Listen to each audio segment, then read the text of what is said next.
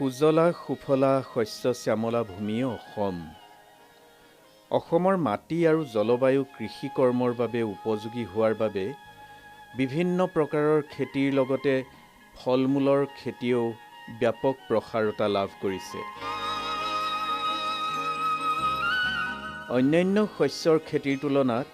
হ্ৰস্বকালীন বা দীৰ্ঘকালীন ফল মূলৰ খেতিৰ জৰিয়তে কৃষকে অধিক আয় কৰাৰ থল থাকে বাবে ৰাজ্যখনৰ গ্ৰাম্যাঞ্চলৰ লগতে নদী কাষৰীয়া ঠাইসমূহত বহু শিক্ষিত উদ্যোগী যুৱক যুৱতীয়ে কৃষি কাৰ্যৰ জৰিয়তে স্বনিয়োজনৰ পথ সুগম কৰি নিজৰ লগতে আন সকলৰো উপাৰ্জনৰ পথ দেখুৱাবলৈ সক্ষম হৈছে। আজিৰ অনুষ্ঠানৰ জৰিয়তে আমি চিনাকি কৰাই দিব বিচাৰিছোঁ ডিব্ৰুগড় জিলাৰ জকাই অঞ্চলৰ ভৰালিবাৰীৰ যুৱক দীপ গগৈ। কৃষি দৰ্শনৰ সমূহ দৰ্শকলৈ নমস্কাৰ জনাইছোঁ। আজি মোৰ লগত আছে দীপ গগৈ। নমস্কাৰ। নমস্কাৰ। দীপ গগৈৰ কথা কৈছোঁ। দীপ গগৈ চাকৰি সূত্ৰে IOCৰ এজন অভিযন্তা, কিন্তু তাৰ পিছতো তেখেতৰ বিশাল পথাৰ, তেওঁৰ সৰুৰ পৰা একেবাৰে ল'ৰালি অৱস্থাৰ পৰাই বোলে ইচ্ছা আছিল। আমি যোৱা বছৰ বোধহয় আপেল বগৰী সম্পৰ্কে কথা পাতিছিলোঁ। তাৰপিছত আমি তেতিয়াই কথা পাতিছিলোঁ যে তুমি 450 বিঘা অৰুণাচলৰ সীমাত খেতি আছে, বিভিন্ন ধৰণৰ খেতি,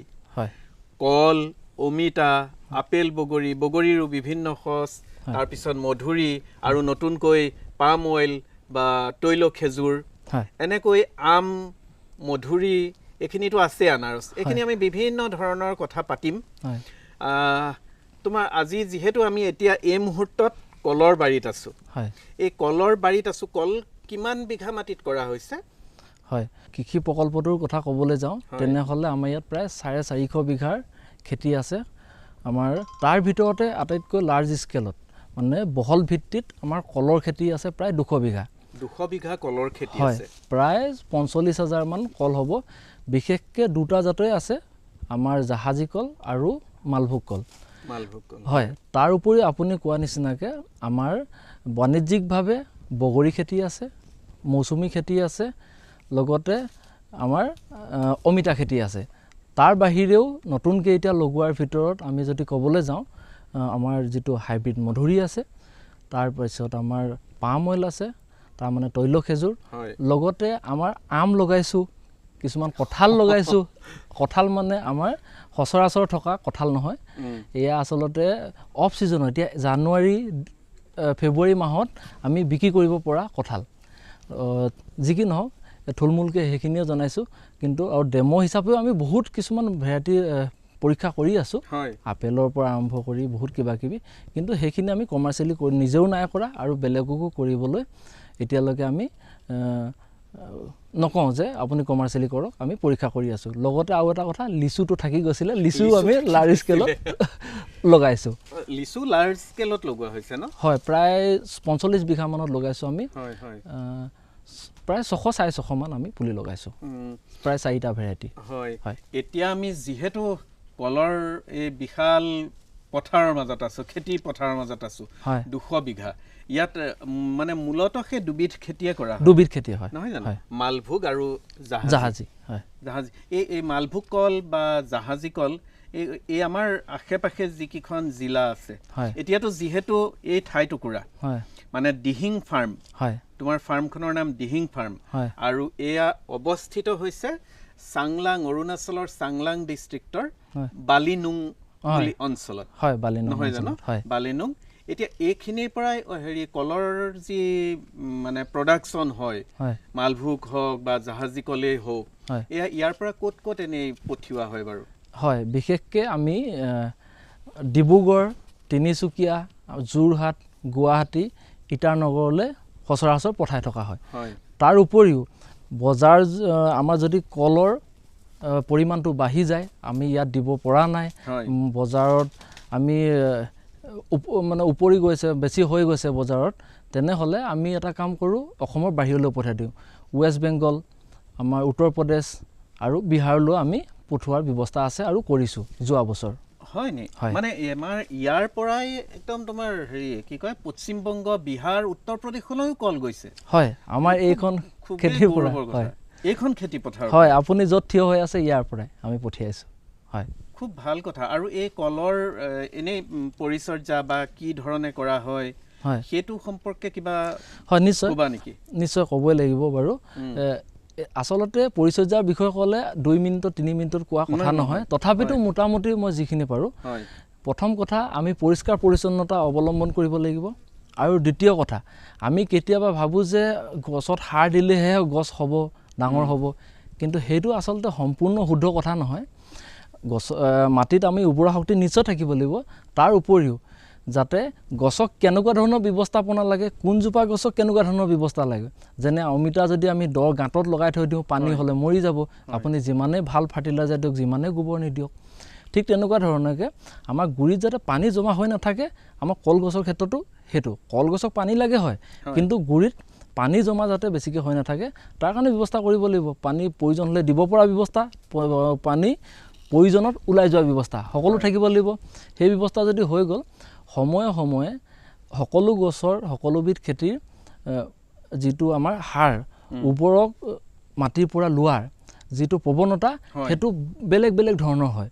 কলগছৰ কাৰণে বেলেগ আম গছৰ কাৰণে বেলেগ মৌচুমীৰ কাৰণে বেলেগ সময়ো বেলেগ বেলেগ আচলতে কলৰ খেতিত যদি আমি এতিয়া বৰ্তমানকৈ থুলমূলকৈ ক'বলৈ হয় প্ৰথমৰ পৰাই আমি গুৰুত্ব দিব লাগিব আমি সাৰ পানী যোগান ধৰিব লাগিব লগতে চাফ চিকুণ যাতে হৈ থাকে লগতে আৰু এটা কথা এজোপাই যাতে গছ থাকে এজোপা প্ৰথমতে আমি ৰুওঁ কাষৰ ফালে বহুত পুলি আহি যায় তেতিয়া হয় সেইবিলাক আমি কাটি আঁতৰাব লাগিব আৰু এটা নিৰ্দিষ্ট সময়ত এটা পুলি আমি কাষত ৰাখিব লাগিব এতিয়া আপুনি খালি ইয়াত জাবৰ দেখিছে কাষত 2-এটা পুলিও দেখিছে বেছিকৈ কিন্তু আচলতে এতিয়া ঠাণ্ডা দিন হৈ আছে কলবিলাক সৰু হৈ আছে ঠাণ্ডা পাবৰ কাৰণে ঠাণ্ডা নাপাবৰ কাৰণে আমি এইবিলাক কল শুকান কলপাত এতিয়া কটা নাই আচলতে কেইদিনমানৰ পিছৰ পৰা আমি কাটা আৰম্ভ কৰিম আৰু চফা কৰি দিম তাৰ মাজে আপুনি যদি লক্ষ্য কৰে কাষত এটা পুলি ৰাখি দিয়া আছে সৰুকৈ আৰু তাকে অকল এটাই পুলি থোৱা হ'ব এয়া আচলতে যিটো কল দেখিছে আপুনি এয়া ছেকেণ্ড জেনেৰেশ্যন কল হয় হয় এবাৰ অলৰেডি ইতিমধ্যে ইয়াৰ পৰা ফল লোৱা হ'ল এজোপা দ্বিতীয় জোপা তাৰ কাষত ৰাখি দিয়া জোপা আৰু এটা যিটো আপুনি কাষত দেখিছে সেইটো তৃতীয় জোপা হ'ব তাৰ মানে আমি কলৰ খেতিৰ পৰা এবাৰ লগাই বহুত বছৰলৈকে আমি প্ৰফিট ল'ব পাৰোঁ আৰু খালি আমাৰ ব্যৱস্থাপনা সঠিক হ'ব লাগিব সঠিক সময়ত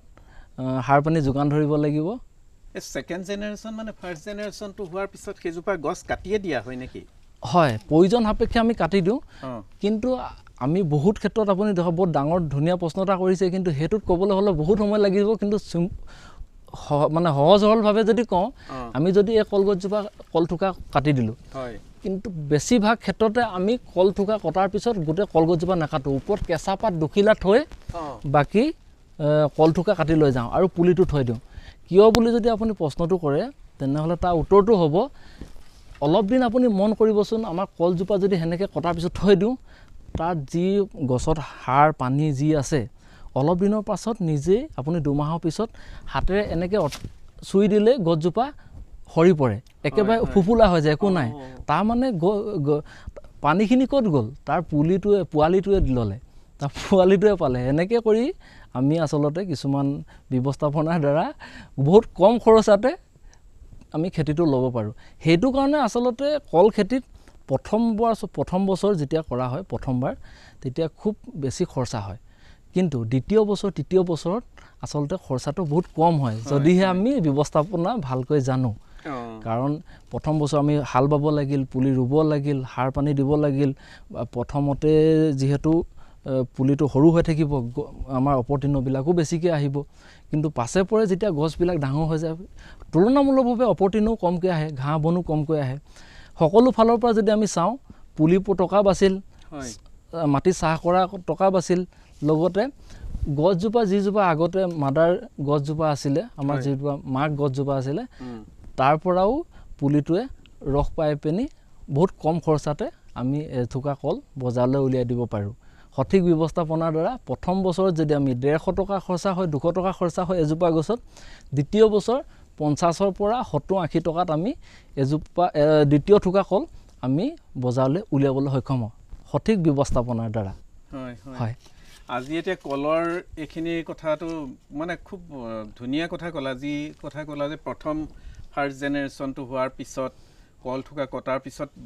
দুখিলা কুমলীয়া পাত থ'ব লাগে তাৰ পিছতহে বাকী তেনেকুৱাকৈ যি ধৰণে কিছুমান কথা আমাৰ বহুতো হয়তো এতিয়া নতুন খেতিয়কে হয়তো নাজানিবও পাৰে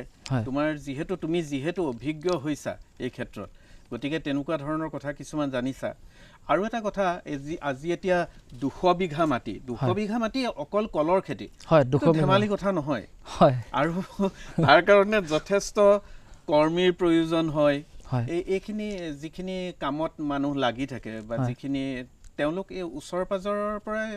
অনানে ইয়াত থাকে বা কি কেনেধৰণে তুমি এইটো ব্যৱস্থাপনাটো কৰিছা আচলতে ওচৰ পাজৰৰ মানুহ আছে অলপমান আৰু আমাৰ নিজৰকে আমি পাৰ্মানেণ্টকৈ নিগাজিকৈ কিছুমান মানুহো ৰাখি থোৱা আছে সকলোখিনি মিলাই মেলি এনেকৈ আমি চলি আছোঁ আৰু হয় মুঠতে প্ৰায় 30 জনমান আমাৰ কৰ্মী আছে মিলাই আমাৰ টেম্পৰাৰী আৰু পাৰ্মানেণ্ট দৰ্শকসকল ইতিমধ্যে আমি দীপ গগৈৰ লগত বহুখিনি আলোচনা কৰিলেও দীপ গগৈৰ এই খেতিপথাৰ বিশাল খেতিপথাৰত এভুমুকি মৰাৰ চেষ্টাও কৰিলোঁ আজি বিভিন্ন ধৰণৰ খেতি কল খেতি অমিতা খেতি আপেল বগৰীৰো বিভিন্ন ধৰণৰ খেতি দেখিলোঁ তাৰ মাজে মাজে পাম অইল বা তৈল খেজুৰৰ খেতি আৰম্ভ কৰা দেখিলোঁ এইখিনি আমি বিভিন্ন ধৰণৰ খেতি দেখিলোঁ ইমান কম বয়সতে আজি দীপ গগৈৰ বয়স প্ৰায় 31 বছৰ 30 বছৰ বা 31 বছৰ বয়সতেই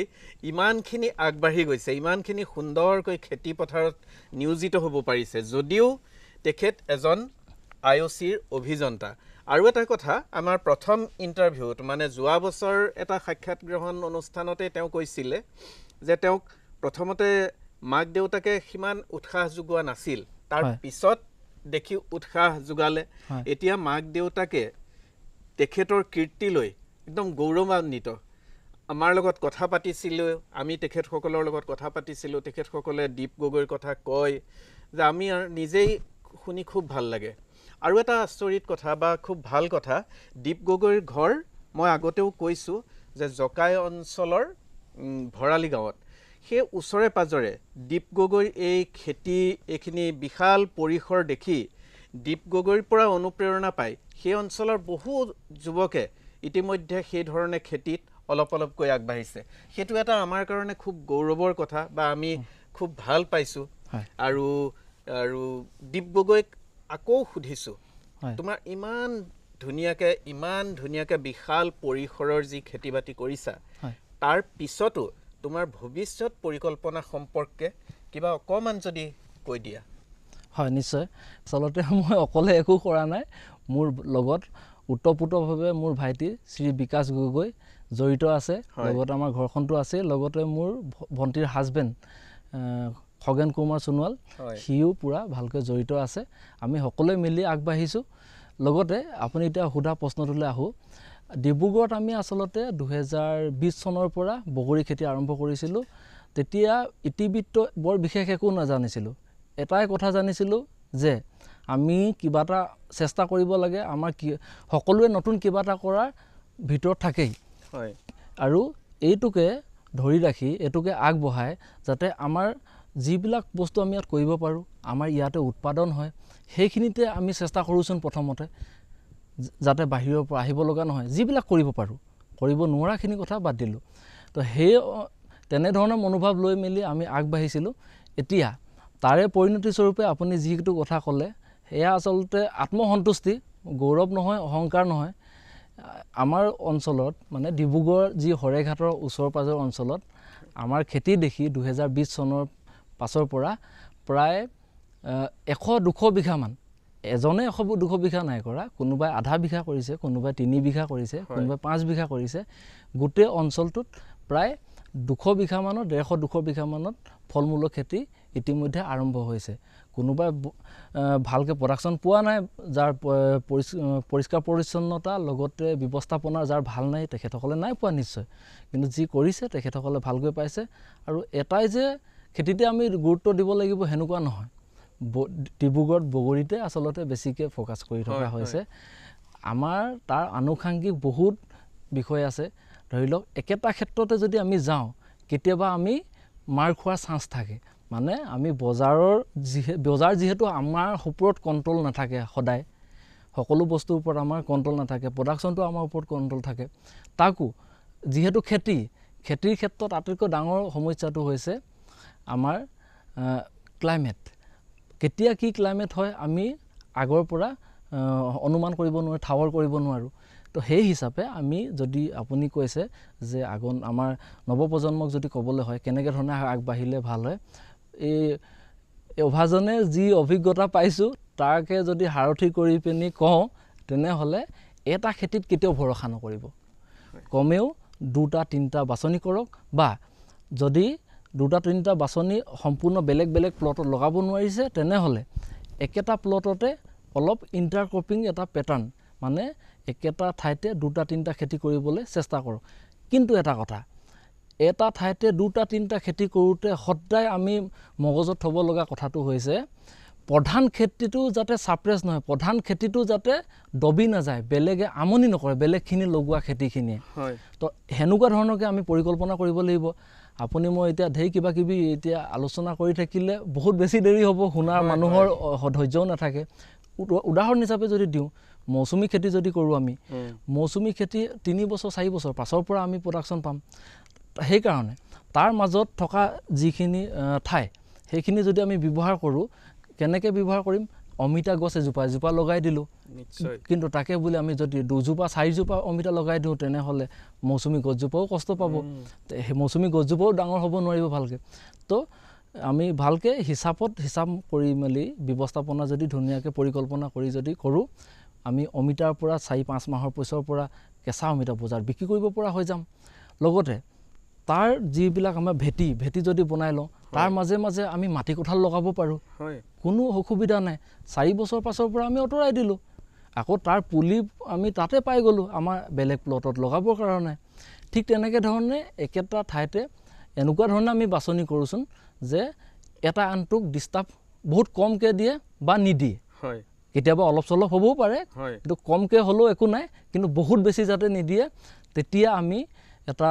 কেছ ফ্ল' হৈ থাকিব আমাৰ হাতলৈ টকা আহি থাকিব আমি মৌচুমী কেইজোপা 4 বছৰ লগাই মেলি 4 বছৰটো ৰৈ থাকিলে নহ'ব 4 বছৰ কমটি সময় নহয় জানো তো ঠিক তেনেকুৱা ধৰণে আমি আগবাঢ়িব লাগিব আচলতে আমি সকলোৱে অলপমান যদি ধ্যান দিওঁ অকণমান যদি বিচাৰ কুচাৰ কৰোঁ তেনেহ'লে ঢেৰ ৰাস্তা ওলাব আপুনি মই এতিয়া কথা পাতি সম্পূৰ্ণ শেষ কৰিব নোৱাৰিম যিহেতু এতিয়া আপুনি পাম অইলৰ ক্ষেত্ৰতে দেখিছে ভিডিঅ'ত নিশ্চয় দেখা পাব আমাৰ পাম অইলৰ মাজে মাজে আমাৰ 4 বছৰ পাছৰ পৰা আমি প্ৰডাকশ্যন পাম যিহেতু তাৰ মাজে মাজে ৰঙালাও লগাই দিলোঁ হয় আৰু 2 বছৰ পাছৰ পৰা পাম অইল যেতিয়া ডাঙৰ হ'ল তাৰ মাজে মাজে চকলেটৰ খেতি লগালোঁ তেনেকুৱা ধৰণে আমি আগবাঢ়িব লাগিব এটা খেতিতে আমি যদি আগবাঢ়োঁ তেনেহ'লে কেতিয়াবা আমি বিপদত পৰাৰ চান্স থাকে বিপদত পৰাৰ খুব সম্ভাৱনা থাকে মোৰ ফালৰ পৰা তাকে ক'লোঁ কিন্তু এটা কথা খেতিৰ সমান আমাৰ মনত আনন্দ দিব পৰা লগতে খেতিৰ সমান লাভজনক আমাৰ বিশেষ বেলেগ ব্যৱসায় তেনেকৈ মই নেদেখোঁ সেইকাৰণে মই এফালে লাগি আছোঁ এনেকৈ এই প্ৰগতিশীল যুৱকজনে নিজৰ একাগ্ৰতা কঠোৰ শ্ৰম আৰু সুন্দৰ পৰিকল্পনাৰে বুঢ়ীদিহিং নদীৰ লগতে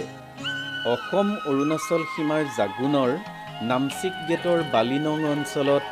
200 বিঘা মাটিত জাহাজী কল আৰু মালভোগ কলৰ খেতি কৰিছে জনাবলৈ পাই ভাল লাগিছে যে এই কলৰ বাগানৰ পৰা অসমৰ বিভিন্ন জিলাৰ উপৰিও অসমৰ বাহিৰলৈ বিহাৰ পশ্চিম বংগ আদি ৰাজ্যলৈও এই কলৰ ৰপ্তানি কৰিছে 150 বিঘা মাটিত অমিতাৰ খেতি চাবলগীয়া 2 ধৰণৰ অমিতা আমি লক্ষ্য কৰিছোঁ তেখেতে কোৱা মতে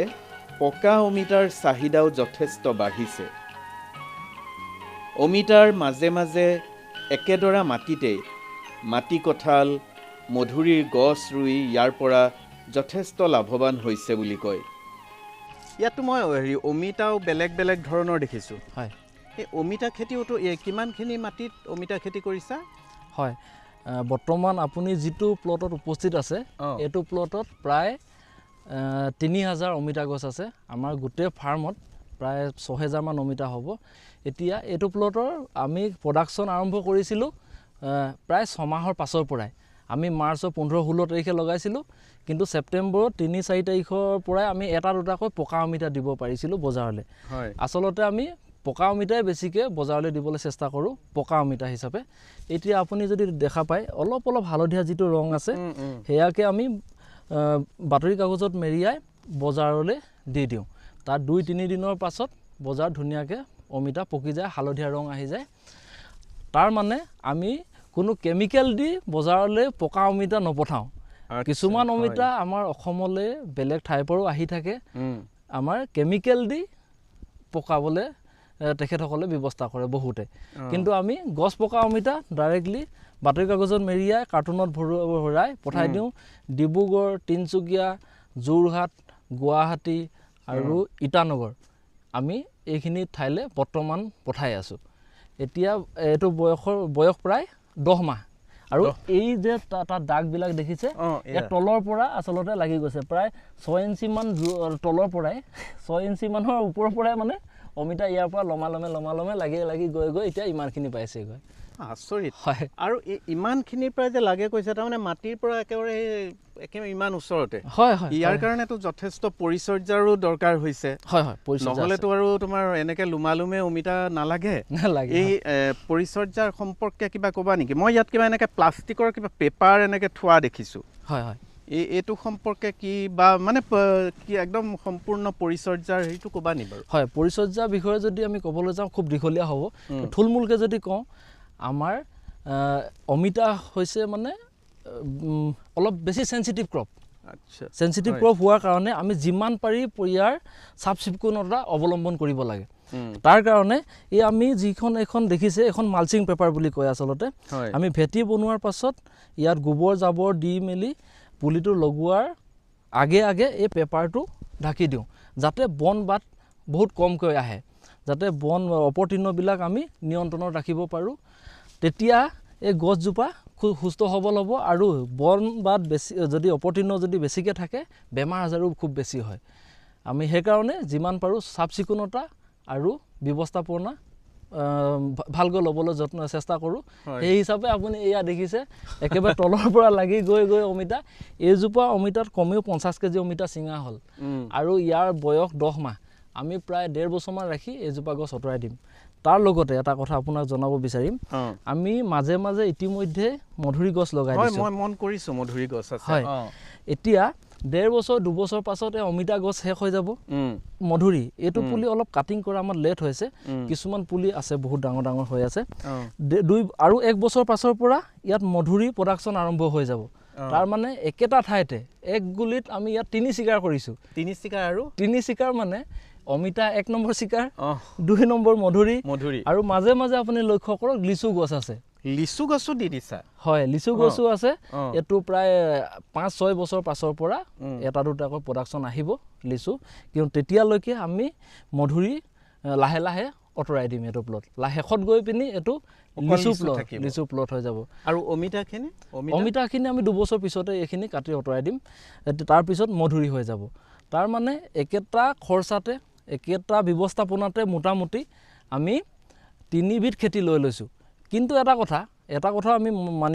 মন কৰিব লাগিব যদি মধুৰিখিনি খোলা হিচাপত যদি অকলীয়াকৈ লগোৱাহেঁতেন আমি 1.5 বছৰত প্ৰডাকশ্যন পালোহেঁতেন কিন্তু এনেকুৱাকৈ লগোৱাৰ কাৰণে কেইদিনমান 6 মাহমান মধুৰি গছখিনি আমাৰ যিটো ৰ'দটো ভালকৈ নোপোৱাৰ কাৰণে আৰু 6 মাহ লেট হৈ যাব বুলি ধৰক মানে 2 বছৰৰ পৰা প্ৰডাকশ্যন পাম কিন্তু তথাপিতো আমাৰ লোকচান নাই কাৰণ একেটা খৰচাতে আমি অমিতাটো চফা কৰিব লাগিলেহেঁতেন মধুৰিটো চফা কৰিব লাগিলেহেঁতেন দৰৱ পাতিৰ কথাটো আছেই একেটা খৰচাতে আমি 3 শিকাৰ কৰিব চেষ্টা কৰিছোঁ হয় আৰু এই অমিতা কিছুমান যে এনেকৈ মই মন কৰিছোঁ তাৰমানে মই দেখুৱাবলৈ চেষ্টা কৰিম বাৰু কিবা অমিতাৰ তলত এনেকৈ বটল কিবা প্লাষ্টিকৰ বটল এনেকুৱা নিচিনা দেখিছোঁ খুব ভাল প্ৰশ্ন এটা কৰিছে আচলতে মাজে আমাৰ ইয়াত আছে হয় টেমাবিলাক আচলতে সেয়া ফেৰমেন ট্ৰেপ হয় ফেৰমেন ট্ৰেপ বুলি কয় তাত আমাৰ ফল মাখি যিটো থাকে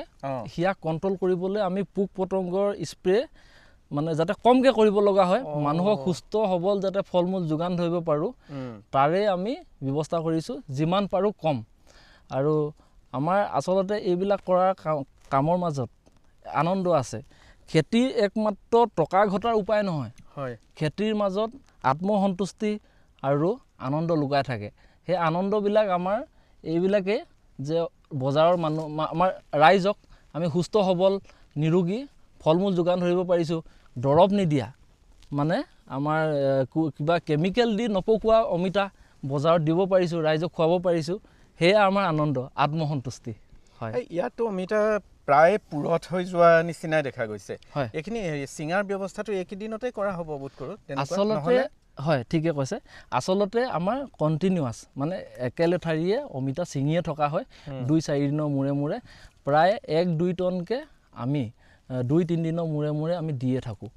এইটো 2-3 দিনৰ মূৰে মূৰে দি হয় হয় 2-3 দিনৰ মূৰে মূৰে আমি দি আছোঁ এইটো প্লটৰ পৰাই আৰু বেলেগ প্লটো আছে য'ৰ পৰা আমি আৰু কেইদিনমানৰ পাছৰ পৰা প্ৰডাকশ্যন আৰম্ভ হৈ যাব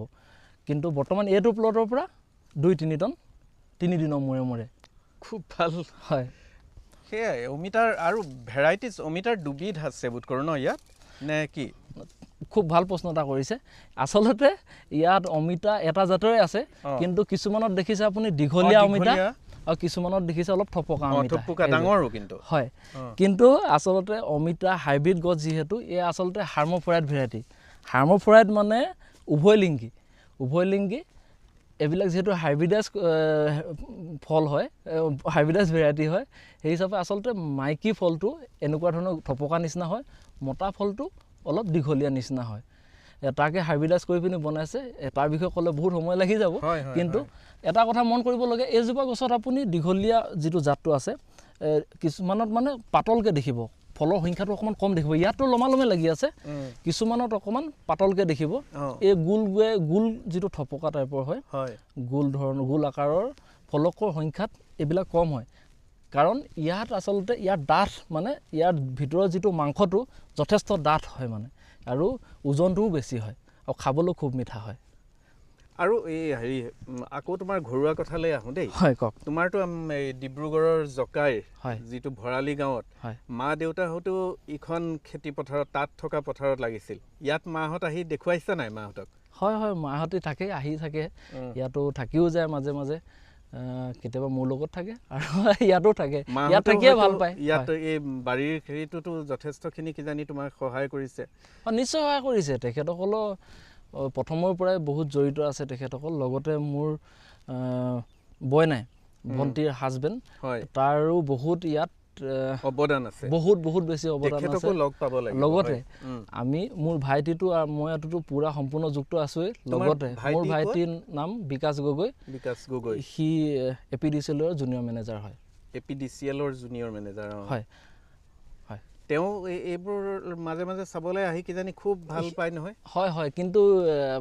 দুৰ্ভাগ্যৰ কথা সি বৰ বেছি সময় নাপায় কিন্তু মাজে মাজে আহি থাকে আৰু তুমিতো অকল প্ৰথমতেতো বগৰী আছিলে এইবোৰ খেতি কৰিবলৈও কেনেকুৱা ধৰণকে অনুপ্ৰেৰণা পালা এইবোৰ খেতি মানে কি আৰু এই অমিতা কল বা মধুৰি যিখিনি আচলতে লক্ষ্য এনেকুৱা নাছিলে যে বগৰী খেতি কৰিম হয় আমাৰ লক্ষ্য আছে যিখিনি খেতি আমাৰ ইয়াত হয় যিখিনি খেতি আমি কৰিব পাৰোঁ বাহিৰৰ পৰা যাতে আহিব লগা নহয় আমি নিজৰ ডিমাণ্ড আমি নিজে পূৰ কৰিবলৈ চেষ্টা কৰোঁচোন নিশ্চয় আমি নিজে নিজৰ স্বাৱলম্বিতা তাতে আমি বিচাৰি পাম এনেকুৱা বহুত বস্তু আছে আমাৰ মধুৰিটো বহুত আছে বজাৰত বিক্ৰী হৈ থাকে কিন্তু আমাৰ লোকেল প্ৰডাকশ্যনটো বহুত কম আছে বা একেবাৰে ন্যূনতম নাই বুলিয়ে ক'ব পাৰি কমাৰ্চিয়েলি কৰা মানুহ অসমত খুব কম নগণ্য আছে নামতে ধৰিব নোৱাৰিব ধৰি লওক এনেকুৱা কথা সেইকাৰণে আমি বাহিৰৰ পৰা যাতে আনিব লগা নহয় যিমানখিনি আমি পাৰোঁ চেষ্টা কৰিছোঁ উদ্দেশ্য সেইটো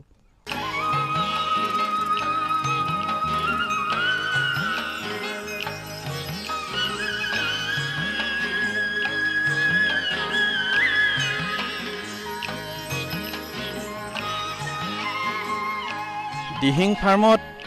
এতিয়া লগ পাইছোঁ আন এজন অক্লান্ত কৰ্মী আপোনাৰ নামটো মোৰ নাম শ্ৰী খগেন কুমাৰ সোণোৱাল ন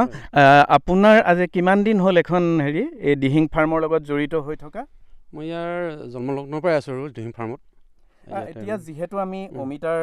বাৰীতে আছোঁ, হয় এই বিশাল অমিতাৰ খেতিখনত আপোনাক দুই এটা কথা সুধিম খালি। এই অমিতাৰ গুৰিত যে দীপ গগৈয়ে কৈছিলে, তথাপিও ইয়াৰ কাৰণটো কৈ দিয়কচোন। এই যে ওখ কৰি থোৱা আছে আৰু তাৰপিছত আকৌ নলা নিচিনা আছে, আকৌ ওখ নিচিনা কৰি থোৱা আছে। এইটো নলাটো কৰা মেইন কাৰণটো হ'ল মানে ইয়াতে যিটো অমিতা গছৰ কাৰণে পানী মানে অভাৱ বেছি যদি হয়, এটা মানে শত্ৰু অমিতা গছৰ কাৰণে বেছি এইটো পানীটো মানে ইয়াৰ নিয়ন্ত্ৰণ ৰাখিবৰ কাৰণে, যিহেতু বাহিৰৰ সোমোৱা আৰু ওলোৱা ছিষ্টেমটো কৰিবৰ কাৰণে এই নলাটো দিয়া হৈছে। আৰু ইয়াৰ লগতে ভেটিটো বনাবও তেতিয়া সুবিধা হয়, মালচিং পেপাৰটো দিবৰ কাৰণে। এইটো কাৰণে মানে এইটো নলাটো দিয়া হয় মানে। আৰু বাকী পানী দিয়াটো আমাৰ গছজোপা কাৰণেতো লাগেই শুকান দিনত, সেইটো কাৰণতে মানে পানী দিবও সুবিধা হয়। আৰু ইয়াৰ পৰা যিটো পানী বেছি পানী হয় সেইটো ওলাই যাবও সুবিধা হয় মানে দুইটাৰ কাৰণে। আৰু ইয়াৰ সেইটো কাৰণে অত্যন্ত জৰুৰী ইয়াত মানে নলা দিয়াটো মানে ড্ৰেইন বনোৱাটো মানে অত্যন্ত জৰুৰী। আৰু ইয়াত এতিয়া অমিতা গছবোৰত দেখিছোঁ প্ৰায়বোৰ গছতে লোমা লোমে লাগি আছে অমিতা। হয়, এই এজোপা এজোপা অমিতা গছৰ পৰা এনেই কিমানকৈ হেৰি উৎপাদন হয়, মানে কিমান কেজি তেনেকুৱা ধৰণকে? আৰু বৰ্তমানলৈকে আমি এতিয়ালৈকে 50 কেজিৰ পৰা 100 কেজিৰ ভিতৰত প্ৰায় গছবিলাকৰ পৰা দি থকা হৈছে। এজোপা এজোপা গছৰ পৰা তেনেকৈ দি থকা হৈছে। যিহেতু শুদ্ধ গছ পকাটোৱে দিওঁ আমি, কেঁচাটো বিক্ৰী নকৰোঁ।